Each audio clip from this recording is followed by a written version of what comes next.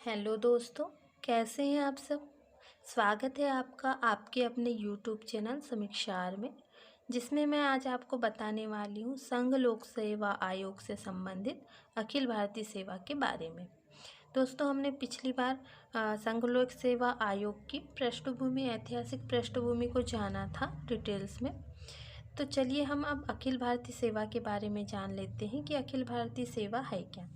तो दोस्तों, सबसे पहले जो अखिल भारतीय सेवाएं हैं, ये 3 प्रकार की होती हैं। ये हैं IAS, IPS और IFOS, भारतीय प्रशासनिक सेवा, भारतीय पुलिस सेवा और भारतीय वन सेवा। ये 3 प्रकार की अखिल भारतीय सेवाएं हैं। तो जो अखिल भारतीय सेवा है, जिसमें अधिकारी का चयन तो केंद्र सरकार करती है, परंतु ये सेवा राज्य सरकार के अंतर्गत रहकर करते हैं। इनकी जो नियुक्ति केंद्र सरकार करेगी, केंद्र सरकार ही सारी चीज़ें इनकी करती है। बट जो नियुक्ति जो कार्य ये करते हैं, ये राज्य सरकार के अंतर्गत रहकर करते हैं। राज्य सरकार इनका प्रमोशन और ट्रांसफ़र तो कर सकती है, बट इन्हें वेतन भत्ते केंद्र सरकार के कर्मचारी के अनुसार ही मिलते हैं। और अखिल भारतीय सेवा के अधिकारी वरिष्ठ होने पर केंद्र सरकार में डेपुटेशन में आ जाते हैं और यहीं से रिटायर भी होते हैं। तो ये है अखिल भारतीय सेवाएं, 3 प्रकार की सेवाएं जिसमें हैं।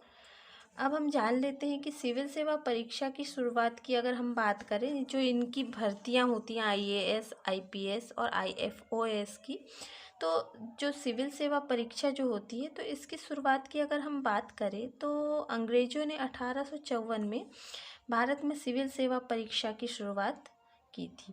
पहले लोक सेवकों की भर्ती ईस्ट इंडिया कंपनी के निर्देशकों द्वारा होती थी। उसमें 24 लोगों का समूह होता था और वह भर्तियां करते थे और लंदन में प्रशिक्षण होता था और प्रशिक्षण के बाद भारत उन्हें भेज दिया जाता था। 1854 में सिविल सेवा आयोग का गठन हुआ और उसके बाद 1855 में प्रतियोगी परीक्षाएं शुरू हुई। पहले आयु सीमा दोस्तों बहुत कम रहती थी, 18 से 23 वर्ष। भारतीयों के लिए बहुत चुनौतीपूर्ण परीक्षाएं होती थी।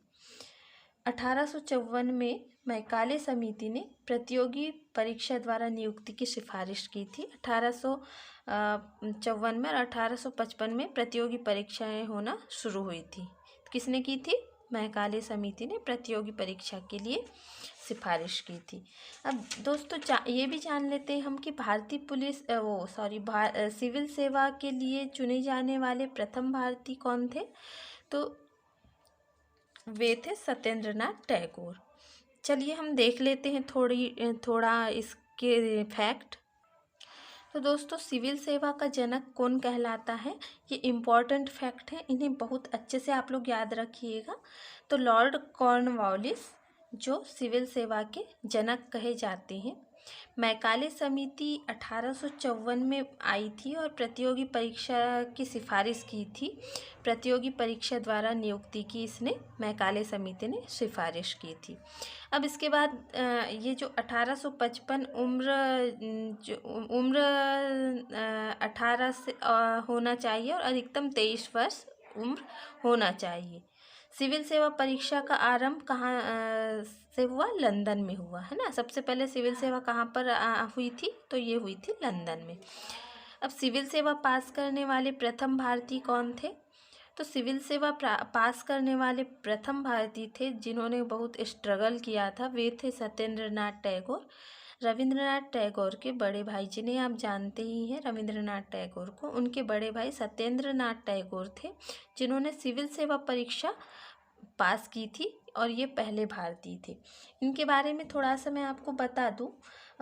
इन्होंने 1862 में इंग्लैंड जाकर तैयारी की थी और सिविल सेवा परीक्षा में सफलता हासिल की थी और IAS अफसर बने। इन्हें बॉम्बे प्रेसिडेंसी में तैनात किया गया था। जब सत्येंद्र नाथ टैगोर ने IAS अफसर बने तब इनकी उम्र 21 वर्ष थी। कितने वर्ष के थे ये तब?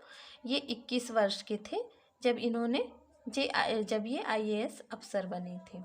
और उस समय तो परीक्षा देने की आयु सीमा भी कम थी, जो मैंने बताया था कि 18 से 23 वर्ष, जो कि भारतीयों के लिए काफ़ी ज़्यादा चुनौतीपूर्ण और काफ़ी मुश्किल था। अब दोस्तों, अब हम जान लेते हैं सिविल सेवा 1912 में स्लिंगटन आयोग ने भारत में प्रतियोगी परीक्षा की सिफारिश की थी। और 1922 में भारत के इलाहाबाद में 1912 में किस आयोग ने भारत में प्रतियोगी परीक्षा की सिफारिश की थी? स्लिंगटन आयोग। ये याद रखिएगा, ये इम्पॉर्टेंट फैक्ट हैं दोस्तों, इन्हें बार बार रिवाइज करिएगा। तो 1912 में स्लिंगटन आयोग ने भारत में प्रतियोगी परीक्षा की सिफारिश की थी। और 1922 में भारत के इलाहाबाद में, कहाँ पर? भारत के इलाहाबाद में सिविल सेवा परीक्षा का प्रथम आयोजन हुआ था। फिर उसके बाद 1 अक्टूबर 1926 को ली आयोग ने लोक सेवा आयोग का गठन किया और इसके प्रथम अध्यक्ष बने थे रॉस बारकर, है ना। ये मैंने पहले भी आपको बता दिया है। तो लोक सेवा आयोग का गठन कब हुआ? 1 अक्टूबर 1926 को ली आयोग की सिफारिश पर। और अध्यक्ष कौन थे? रॉस बारकर थे। 1935 का भारत शासन अधिनियम जो था, 1 अप्रैल 1937 को प्रांतीय लोक सेवा आयोग का गठन हुआ। तो कब हुआ प्रांतीय लोक सेवा आयोग का गठन? 1 अप्रैल 1937 को। और भारतीय लोक सेवा आयोग का गठन जो था, संघ लोक सेवा आयोग का गठन 1 अक्टूबर 1926 को हुआ। 26 जनवरी 1950 को भारतीय संविधान लागू हुआ और उसमें अनुच्छेद 315 भाग 14 जोड़ा गया, जिसमें फेडरल सर्विस कमीशन का नाम बदलकर लोक सेवा आयोग नाम रखा गया। और इसका मुख्यालय कहाँ पर किया गया? शाहजहां रोड, नई दिल्ली में। इसके तात्कालिक अध्यक्ष जो भारतीय लोक सेवा आयोग के तात्कालिक अध्यक्ष बने थे, ये थे HK कृपलानी। और सिविल सेवा का सशक्तिकरण सरदार पटेल ने किया था। सिविल सेवा का जो सशक्तिकरण था, उसे किसने किया था? सरदार पटेल ने किया था। अब दोस्तों, ये भी जान लेते हैं कि कोठारी आयोग जो था, तो कोठारी आयोग ने 1976 में ये सिफारिश की कि परीक्षा जो होगी वह 3 चरणों में होगी। 3 चरणों में कि प्रारंभिक, मेंस और इंटरव्यू। तो 3 चरणों में परीक्षा की कोठारी आयोग ने सिफारिश की थी। कोठारी आयोग ने 1976 में 3 चरणों में परीक्षा की सिफारिश की थी। सतीश चंद्र समिति जो है, उसने निबंध के पेपर की सिफारिश की थी। जो निबंध था वह मुख्य परीक्षा में जो निबंध का पेपर होता है, उसकी सिफारिश किसने की थी? तो सतीश चंद्र समिति ने की थी। कोठारी आयोग ने 3 चरणों में परीक्षा की सिफारिश की थी और सतीश चंद्र समिति ने निबंध के पेपर की सिफारिश की थी।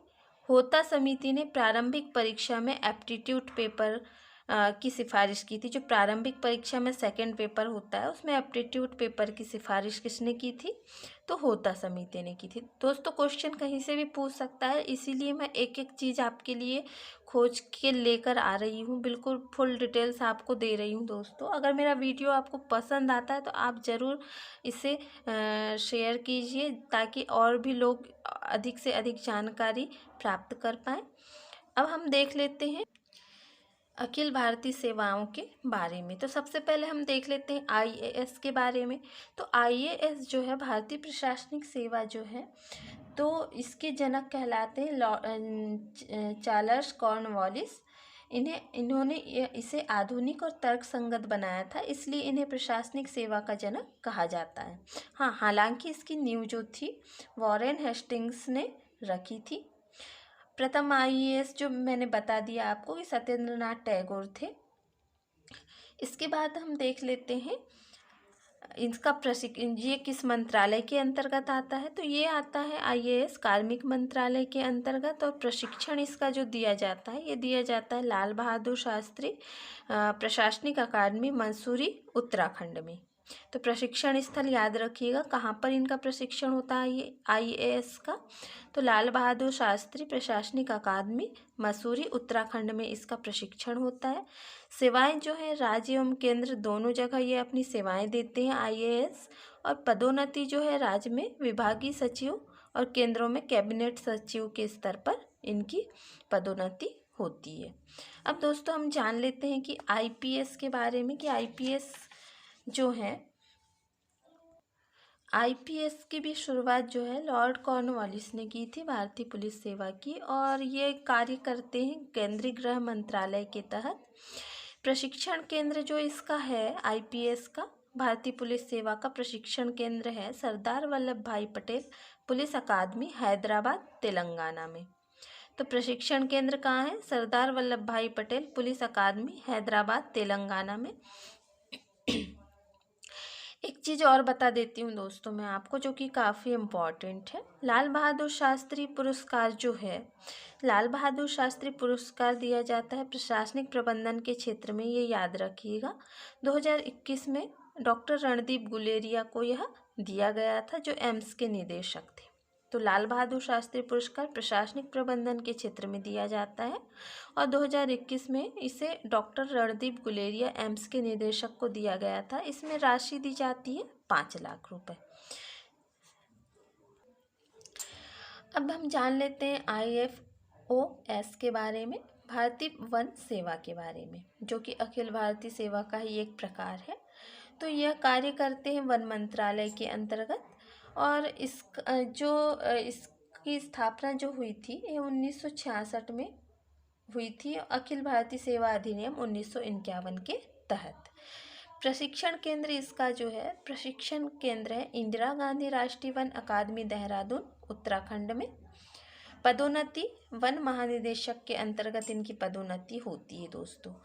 तो ये थी अखिल भारतीय सेवाओं के बारे में जानकारी, और कुछ फैक्ट थे जो मैंने आपको बता दिए हैं, जो कि आपके एग्ज़ाम के लिए काफ़ी ज़्यादा इम्पॉर्टेंट है।